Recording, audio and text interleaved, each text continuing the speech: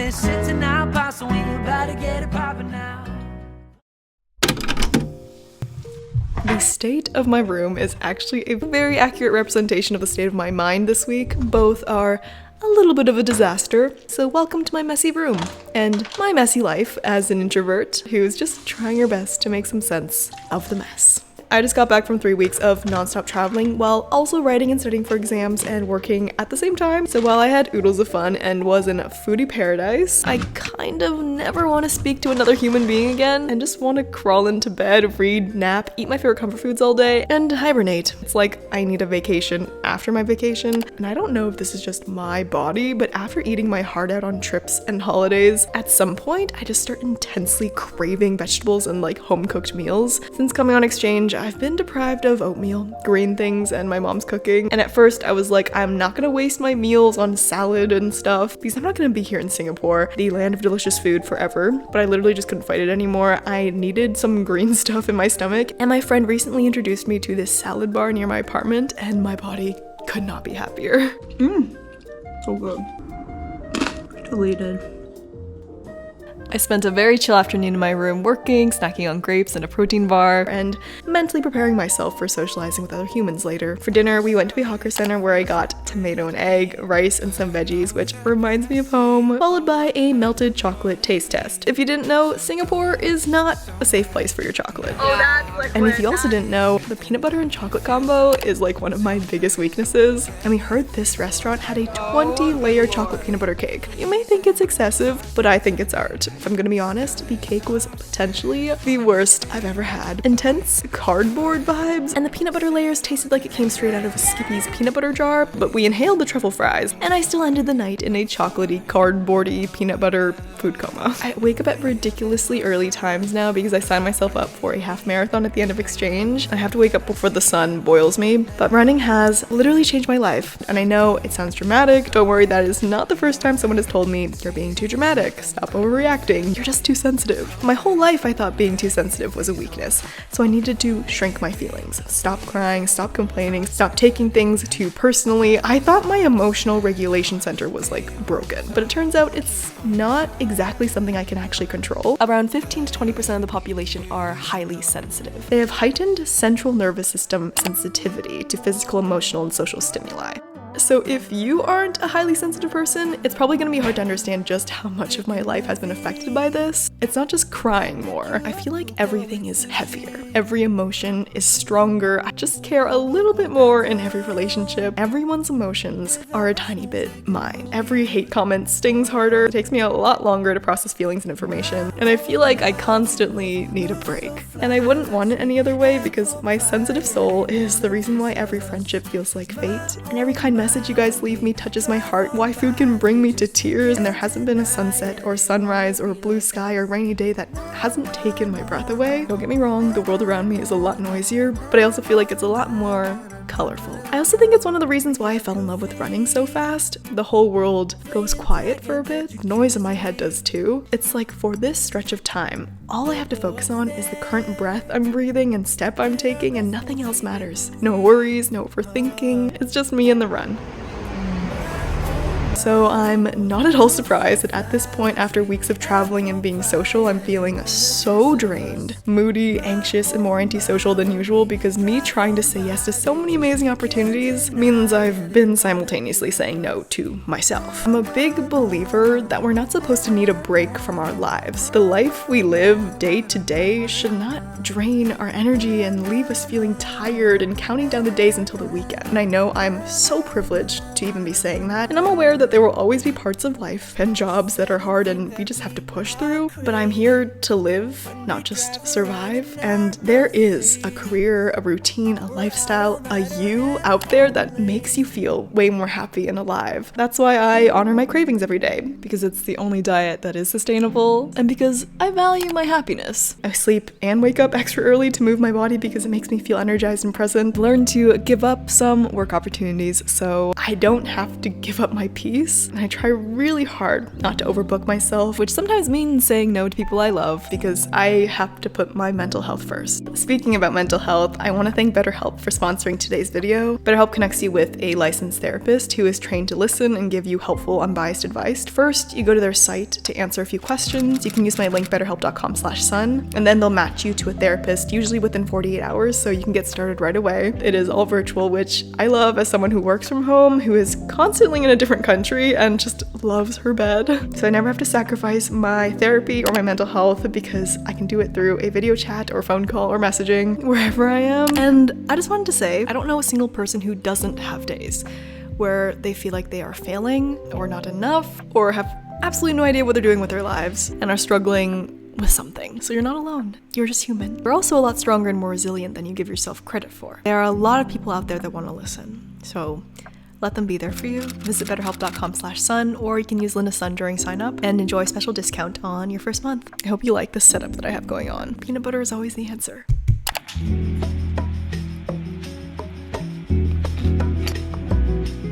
Thank you.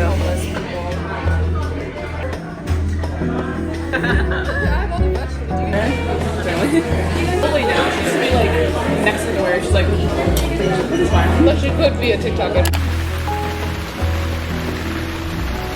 So I recharged my social battery this afternoon in a cozy little cafe in the very brief company of a blueberry muffin filled with decadent cream cheese frosting. Blueberry muffins are hands down one of my favorite baked goods of all time. I don't know what it is, but it just tastes right. I then continued recharging in bed in my pajamas with an orange while doing some work before going out again. I know I'm really pushing my limits here, but I tend to make plans when I have a burst of socialness and then my antisocial self has to like deal with consequences. I kind of resent my social self for a few days leading up to it, but in the end, I'm usually grateful, and today I'm extra grateful because I was meeting up with a viewer for these truffle wonton noodles topped with barbecue pork and the absolute most perfectest gooey egg. It was seriously incredible, and you guys are seriously the kindest, coolest, smartest, most inspiring human beings. I don't know what I did to deserve you. It really is a mystery. It's like, yeah, my mother gave me life, but you guys gave me this life. One where I can meet friends in every corner of the world, walking down the street, hiking a cliff in Indonesia, in a ramen line in Japan. But yeah, I hope you know that if it was possible, I would eat yummy food with every single one of you. My treat, obviously. Anyways, yes, I'm very introverted, but it wasn't always easy spending weekends and Friday nights alone and going on solo dates at restaurants filled with people, you know, on real dates. I used to think that if I didn't have plans or friends to hang out with or invites to parties, it would make me a loner / social outcast. So for a long time, being alone was something that I was kind of ashamed of, until I discovered how freaking peaceful it was, how much I could learn about myself, and how much fun it could be. I don't know, I realized no one is actually thinking about you, let alone how you decide to spend your time, as intensely as you think about it. And if they are, that's honestly a little creepy. Like, I can't remember a single person I've seen walking alone or eating alone or standing alone. Everyone is in their own little worlds, worrying about their own little lives, and the biggest hurdle really is yourself when it comes to so many things. So excited. I don't deserve you. I don't know when the last time I had a brownie was. Oh my god, she said to consume cold. Oh, this might be too cold. They're like frozen. Okay, oh my god. These are the most phenomenal thing ever. You're so talented. It is a perfect texture. I'm so happy right now.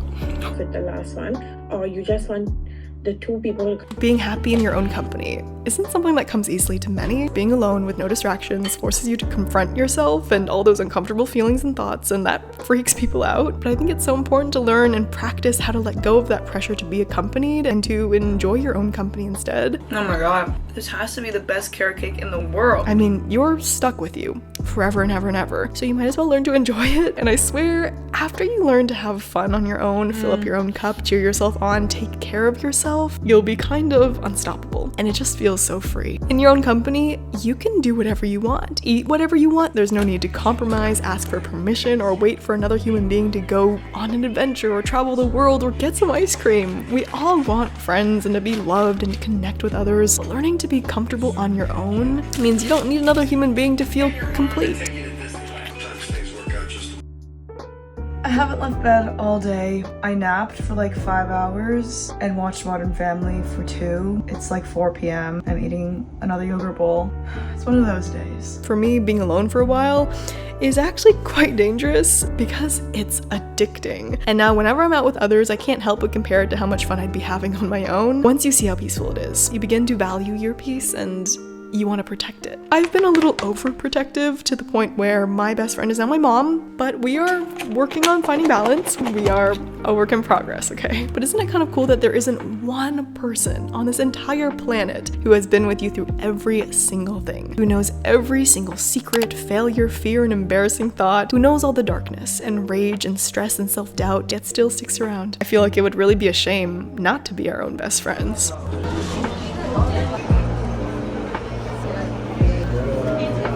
Thank you. I have anxiety, and I'm an overthinker, a healing perfectionist, and a highly sensitive person. It's an aggressive combo. And I know for a fact that my anxiety worsens when I use social media, and my anxiety is hands down the worst every time before I post a video. Like the week leading up to posting, I'm mentally a wreck. I think it's just because I care a lot and probably put too much pressure on myself. But I've been doing this for long enough where I know I can't make everyone happy, and I can't control if people misinterpret what I say, and I can't be perfect. And getting hate is part of the job description, and it's my own responsibility to manage my reactions and expectations. I know there's no real threat. Like, even if every one of you hates the video or it gets 0 views, my life won't be over. But you also can't use rationality to tame anxiety. Oh my god, what's wrong with me right now? I'm literally overthinking everything. I feel the anxiety in my fingers. I think sometimes I get so in my head and I don't know how to get out of it. It's like all consuming. I journal, have my gratitude list, I do yoga, I do therapy. I know I'm overthinking. I know it'll pass. I know my job in life is not to make everyone happy or understand me. I know this is a really great problem to have, but I don't know why I feel like this. I have this one rule I like to follow, that is, if it takes away your peace, it's gotta go. But YouTube is an exception to that. The parts I love about it outweigh the anxiety I get, but sometimes when I'm already having a bad day and a stressful week and I'm mentally and emotionally and physically exhausted, and then I get some lovely hate comments, it shakes me a little. I spiral and spiral and spiral, and none of the things that usually make me feel better can get me out of it. You know, chatting with your comfort person, moving your body, getting out of the house, nothing works. I just have to have faith that the feeling will pass. Maybe this workout will make me feel better.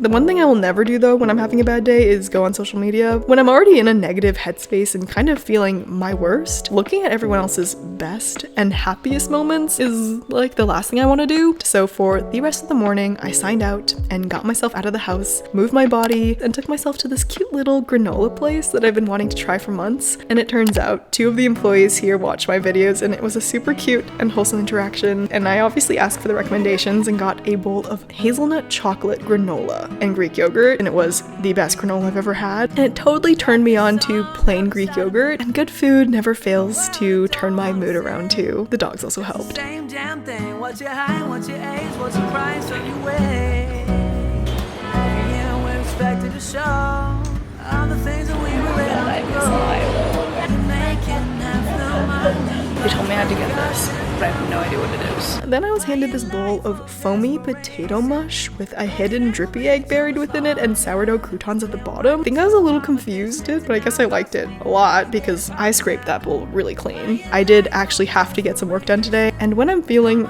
a little emotionally unstable, I try to be compassionate with myself and just do what I can and do one thing at a time. So I sat myself down at one of my favorite cafes and I ordered myself a matcha latte, and I opened my laptop, and after a few hours, I wasn't exactly feeling my best, but I felt a little bit better than I did this morning. And you know what? I will take that win. I think it's about time we normalize taking a break before you get burnt out and not after. Too many people glamorize burnout and we praise each other for working till we're sick. You know, slowing down isn't counterproductive. Doing more than what you have the energy for is. Honestly, talking to someone sounded exhausting, and I never want to like rub my bad energy off on anyone else. So when my friends asked me to grab dinner, I came up with like 25 different excuses in my head. But then I was like, you know what? Maybe this will make me feel a little bit better. So surprisingly, I went, listened, laughed, ate some really good food at our favorite spot in Little India, and it helped me take my mind off all the negative thoughts and reminded me of how lucky I am to be here in one of my favorite cities with friends who get me and save me in little ways they don't even know. And by the time I was eating my pistachio gelato, I was feeling more like myself again. See, not every day or moment will be good, but there's always a good one coming. But sometimes it doesn't come for a while. I've had periods of time where I tried all the things the YouTube videos and wellness influencers and blog posts said to do, and I just couldn't feel better. Sometimes you just have to give yourself time. Like, I'm editing this footage weeks later and I barely even remember what made me this distressed, even though in the moment it felt like my lungs were malfunctioning and my mind was spinning and my chest was collapsing in on itself. It passed, as it always does and always will. I think it's so important to let yourself feel, but it's also important to remind yourself, as unhelpful as it is in the moment, that this feeling will not last forever. Healing doesn't happen overnight, so be gentle on the days where it feels like a step back, and remember that they are part of the process.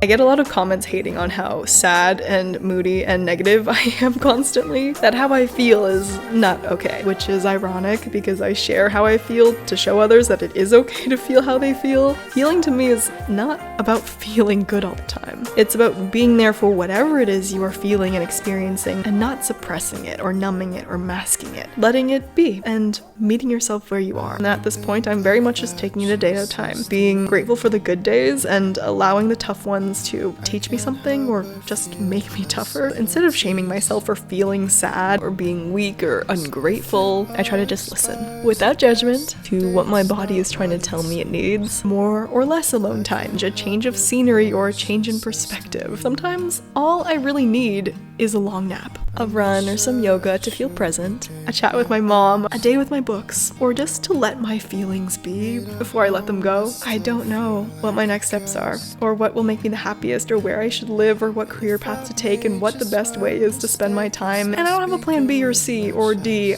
I don't really even have a plan A, and I used to be so stressed about not knowing, because that meant I wasn't making the most out of my 20s. But there's no right way to spend your 20s or your time. And something I feel really strongly about is that if you don't know what to pursue in life right now, maybe pursue yourself, investing in yourself now. That will never be a waste of time or energy. Pursue becoming the healthiest, happiest, most healed, most present, most confident version of yourself. Try the things you've always wanted to do, or convinced yourself you couldn't or didn't have time for. Switch up your routine and read different books. Set small goals at first and achieve them. And the more you do this, you'll find the confidence, the work ethic, the purpose, the patience, while also finding new hobbies and recipes and friendships and things about yourself you didn't even know, and without even realizing it, you will have created a whole life for yourself. And if one day down the road you realize you don't really like walking down the path you're on, you know that the path back to yourself is always an option. And maybe one day we'll all realize that the right path isn't the one you find,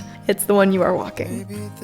Or maybe none of that makes any sense, because honestly I have no idea what I'm doing with my life or with this video, and I'm just trying my best. Which today looks like eating some oatmeal, which may not sound like a lot, but sometimes, guys, it really does take all my energy and effort to respond to one message, to go buy myself food, to not bail on a meeting, to show up for myself by making some oatmeal, to just meet myself where I am. I haven't had oatmeal in a hot minute, I feel like.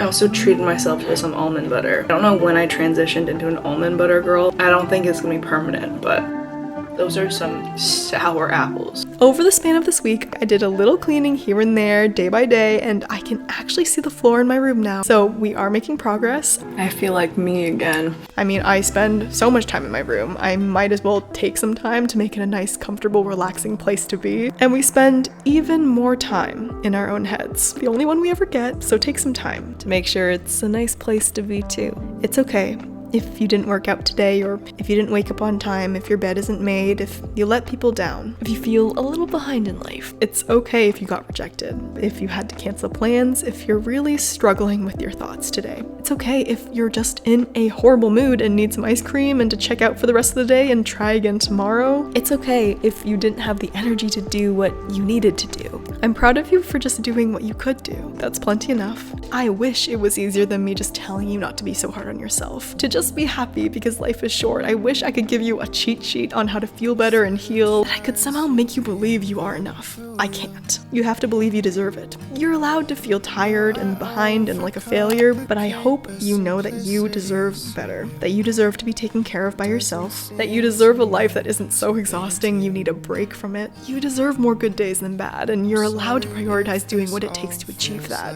You deserve to forgive yourself for the mistakes you made because you are human and you couldn't have known what you know now. You deserve to eat breakfast and dessert and all your favorite foods, but none of this means anything if you don't believe it, you know?